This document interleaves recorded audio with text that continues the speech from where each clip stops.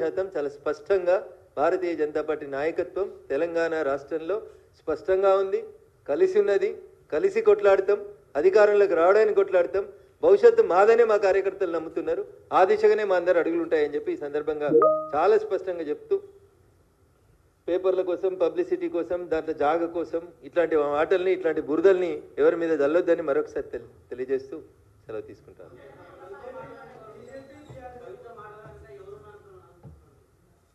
ఇప్పుడు TRS బలహీనపడాలి, TRS నాశనం కావాలని ఎవరు కోరుకుంటారో నాకంటే ఎక్కువ మీకే తెలుసు అన్న. వాళ్ళే మాట్లాడిస్తారు.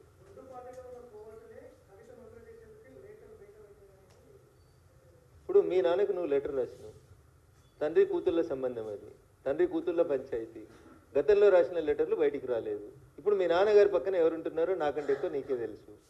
పోయి మీ నాన్నకి చెప్పు, ఇక పలానోడు లీక్ చేసినాడు, వాని పేరు పలానా, వాని బయటికి పంపించని చెప్పు. కోవర్ట్ ఏందని, ఇదేమన్నా నక్సల్ సామ్రాజ్యమా? కోవర్ట్ లేదు.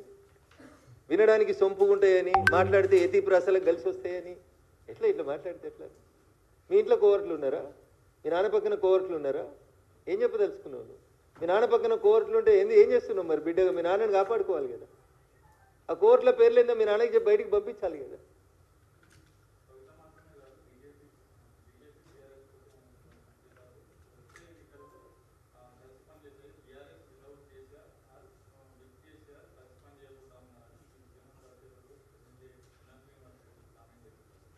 నేను ఎన్ఎం శ్రీనివాసరెడ్డి గారు ఏం మాట్లాడినో నేను వినలేదన్న. తెలంగాణ సమాజం, తెలంగాణ ప్రజలు 2001లో 18 నుంచి 35 ఏళ్ళ దాకా ఉన్న వాళ్ళు ఎట్లయితే టీఆర్ఎస్ వెనకాల పోలరైజ్ అయినరో, ఇవాళ నరేంద్ర మోడీ గారి నాయకత్వం గ్రామానికి బాకిందన్న. ప్రతి పల్లెటూరులో 18 నుంచి 35 ఏళ్ళ దాకా ఉన్నటువంటి ప్రతి యూత్ నరేంద్ర మోడీ గారి నాయకత్వాన్ని, భారతీయ జనతా పార్టీ నాయకత్వాన్ని ఇష్టపడుతున్నారు. మా వెనకాల పోలరైజ్ అవుతున్నారు. కాబట్టి టీఆర్ఎస్ వెనకాల ఖాళీ కుర్చీలు కనబడుతున్నాయనే బాధతో, ఆవేదనతో దీన్ని కన్ఫ్యూజన్ చేసి ఊర్లలో ఉన్నటువంటి ప్రజల్ని మభ్యపెట్టేందుకు కవితమ్మ చేస్తున్నటువంటి ప్రయత్నం.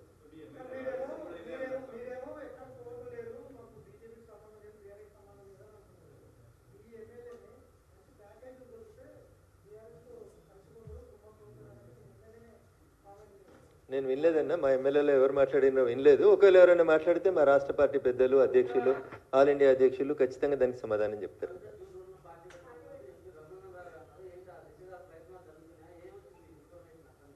కవిత కొత్త పార్టీ పెడుతుంది అనేది నాకున్న సమాచారం. నేను ఆ రోజు కూడా మీలాంటి మీడియా మిత్రులు అడిగితే చెప్పింది ఏంటంటే, ఆమె నో పాయింట్ ఆఫ్ రిటర్న్ దాకా వెళ్ళిపోయింది, ఇంకా అతికేది లేదా సంసారం, కాబట్టి విడిపోతుంది. విడిపోయిన తర్వాత పార్టీ పెడుతుంది.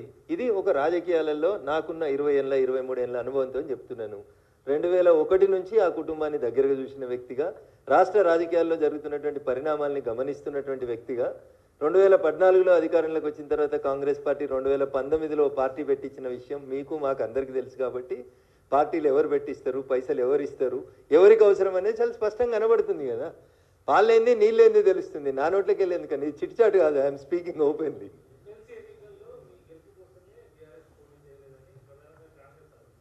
అన్న, ఊర్లలో ఒక మోటు సామెత ఉంటుంది, ఆడలేక మధ్యలో ఓడిందని.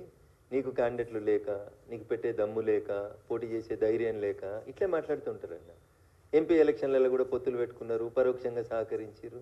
ఇవన్నీ తప్పుడు మాటలు అన్న. ప్రజలని అమాయకులుగా భావించి ఓటేసేటువంటి ప్రజల్ని తక్కువ చేసేటువంటి మాటలు ఎవరు మాట్లాడొద్దన్న.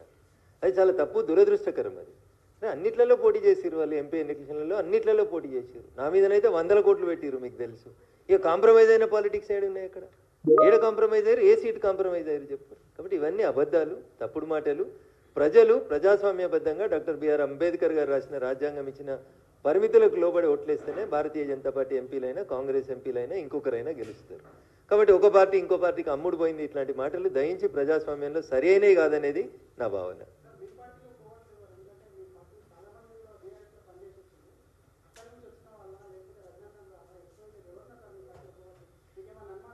భారతీయ జనతా పార్టీ తన పార్టీలో కోవర్ట్లుంటే గుర్తుపట్టలేనంత అమాయకమైనటువంటి స్థితిలో లేదు.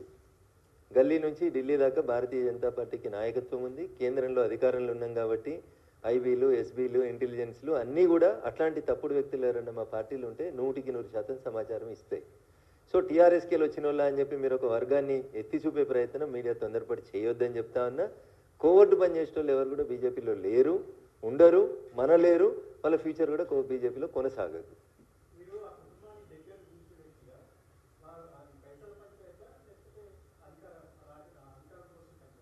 వారసత్వ పంచాయతీ, పైసల పంచాయతీ, రేపు మళ్ళీ ఎప్పుడైనా భవిష్యత్తులో వస్తే అన్నీ అన్నకేనా నాకేం లేవా అనేది పంచాయతీ.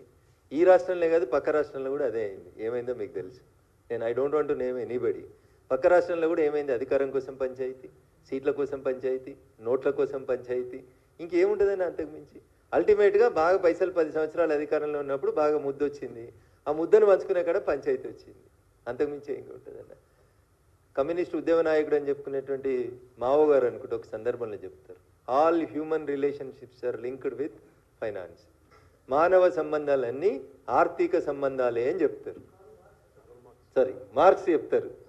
మార్క్స్ చెప్పినటువంటి మాట, మానవ సంబంధాలన్నీ ఆర్థిక సంబంధాలే అని చెప్తారు. ఇంతకంటే ఎక్కువ ఏముందన్న? కుల్లం కనబడుతూనే ఉంది. Thank you.